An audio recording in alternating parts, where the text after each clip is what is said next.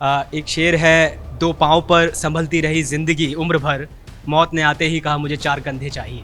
जोश भर देते थे, लगता था कि एकदम रूबरू इंसान पूरा उतर कर वही सामने आ गया। फोन उठा लीजिए तो वो कहते मैं मर्द हूँ। नमस्कार, मैं हूं शंकर दत्त पंत। आज हम एक ऐसी खबर के बारे में आपसे बात करने जा रहे हैं, चर्चा करने जा रहे हैं, जिससे बॉलीवुड जगत में शोक की लहर है, क्योंकि एक बड़े कलाकार हम सब के बीच में नहीं रहे। नाम है सतीश शाह। जी हां, आज 2:30 बजे उनका निधन हो गया और वजह थी किडनी की बीमारी से वो जूझ रहे थे।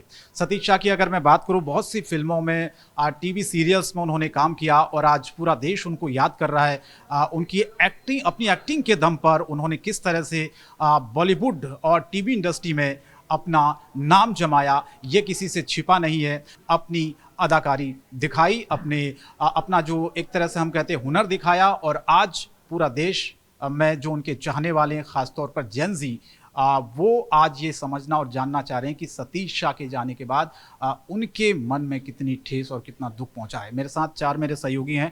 कमल है, स्वीटी है, मीनाक्षी है। कमल, आपसे शुरुआत करता हूं, क्या कहेंगे, क्योंकि पीयूष पांडे की खबर हमने सुनी थी कुछ दिन पहले, बड़ी दुख की बात थी इंडस्ट्री के लिए। आज ये सतीश शाह का अचानक से चले जाना किस तरह का एक नुकसान बॉलीवुड के लिए?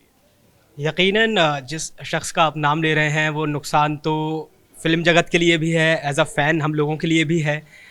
एक शेर है, दो पाँव पर संभलती रही ज़िंदगी उम्र भर, मौत ने आते ही कहा मुझे चार कंधे चाहिए।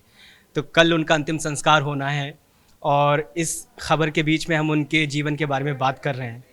वो बेशक एक सर्वश्रेष्ठ हास्य कलाकार के रूप में फेमस हुए, लेकिन जो मेरा उनसे राब्ता हुआ है, हालांकि मैं कभी उनसे वन ऑन वन मिला नहीं, लेकिन स्क्रीन के ज़रिए जो मैं उनसे राब्ता अपना कर पाया वो ये कि वो एक गंभीर, डाइवर्सिफाइड और ग्रेविटी होल्ड करने वाले अभिनेता रहे हैं। और अब जब वो इस दुनिया को रुखसत कर गए हैं, उनके किरदार हमेशा रहेंगे। एक दूरदर्शन पे 1984 में मेरी पैदाइश से पहले एक शो आता था, ये जो है ज़िंदगी, वो 55 एपिसोड वाला प्रोग्राम था और उसमें आप यकीन मानिए उन्होंने हर एपिसोड में एक अलग किरदार निभाया। हम आज अपनी ज़िंदगी में एक किरदार निभाने में हमारे पसीने छूट जाते हैं, लेकिन 55 एपिसोड में 55 किरदार निभा करके उसी समय 1984 में ही उन्होंने वो एक छाप छोड़ दी थी कि ये जो शख्स है अपने रहते रहते एक ऐसा मुकाम हासिल करेगा जिसका शायद दूसरा कोई सानी ना हो। बिल्कुल स्वीटी, ये बताइए कि सारा भाई वर्सेस सारा भाई जो उन्होंने टीवी सीरियल था, फेमस, घर घर में वो फेमस हो गए थे। उसके बाद कई फिल्मों में उन्होंने काम किया, जिसमें रावण था, हम शक्ल, फना, मुझसे शादी करोगी, हम आपके कौन, साजन चले ससुराल।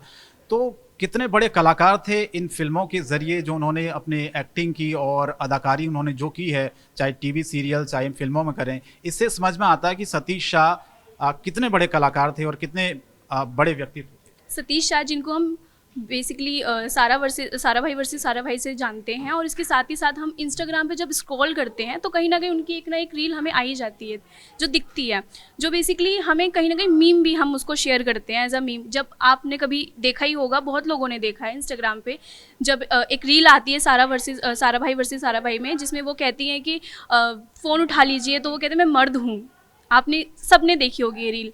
तो उसमें कहीं ना कहीं आप देखिए समाज की जो दिक्कतें हैं उनको कितनी अच्छी तरीके से दिखाया गया है।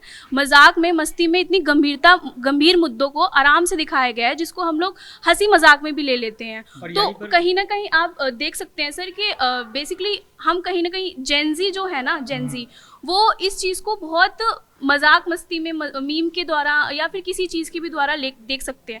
लेकिन ये जो चीज़ें होती हैं जो बड़ी बड़ी प्रॉब्लम्स को छोटी छोटी चीज़ों में दिखा देते थे सतीश शाह जी, तो उनको हम कहीं ना कहीं इस चीज़ को देखते हैं तो कहीं ना कहीं उसको मिस करते हैं। और यकीनन इसमें एक बात मैं और ऐड करूँगा, स्वीटी ने बिल्कुल दुरुस्त कहा। जब भी कोई नया कलाकार आता है उनके सामने, अब तो वो दुनिया में नहीं है, जब भी कोई नया कलाकार आया, जो शब्दों की गरिमा है, जो अदब है स्टेज पर चढ़ने का, जो स्टेज के एटिकेट्स होते हैं, न केवल एक्टिंग वो सिखाते थे बल्कि वो ये सिखाते थे कि डायलॉग डिलीवरी कैसे हो, साइलेंस में कॉमेडी कैसे करें, क्योंकि शब्दों के सहारे कोई भी कॉमेडी कर सकता है, बट फेशियल एक्सप्रेशंस, जैसे इन्होंने कहा कि वो छोटे छोटे जो जीवन के मुद्दे थे, सरोकार के मुद्दे थे, उनको वो हल्के हाथ से अंदाज में निकाल देते थे और एक बड़ा इम्पैक्ट वो समाज पर डालते थे।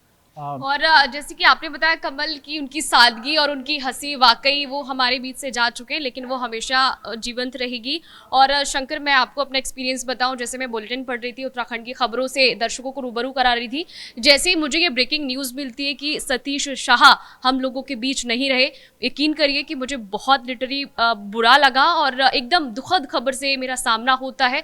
और मैं शॉक थी कि आखिर कैसे हुआ और क्या वो बीमार चल रहे थे, क्या वजह थी। फिर पता चलता है कि किडनी की प्रॉब्लम्स उनके साथ थी और इसी वजह से किडनी खराब होने के चलते उनका देहांत हो गया है। लेकिन उनकी सादगी, उनकी हंसी और कहते हैं कि अभिनय में उनका मतलब किसी भी किरदार में वो एक तरीके से सादगी जो भरा और साथ ही साथ जीवंत कर देते थे, जोश भर देते थे। लगता था कि एकदम रूबरू इंसान पूरा उतर कर वही सामने आ गया हो।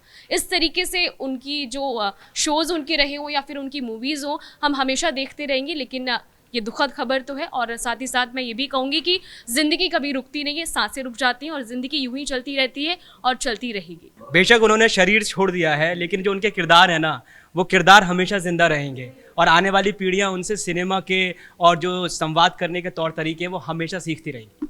तो ये सतीश शाह को लोग कितना पसंद करते थे। बहुत सी फिल्में आपने देखी होंगी जिन फिल्मों का हमने जिक्र भी किया, सीरियल का हमने जिक्र किया, किस तरह से वो अपने एक्टिंग के दम पर घर घर में फेमस हुए। आज सतीश शाह को अपने अपने तरीके से याद कर रहा है।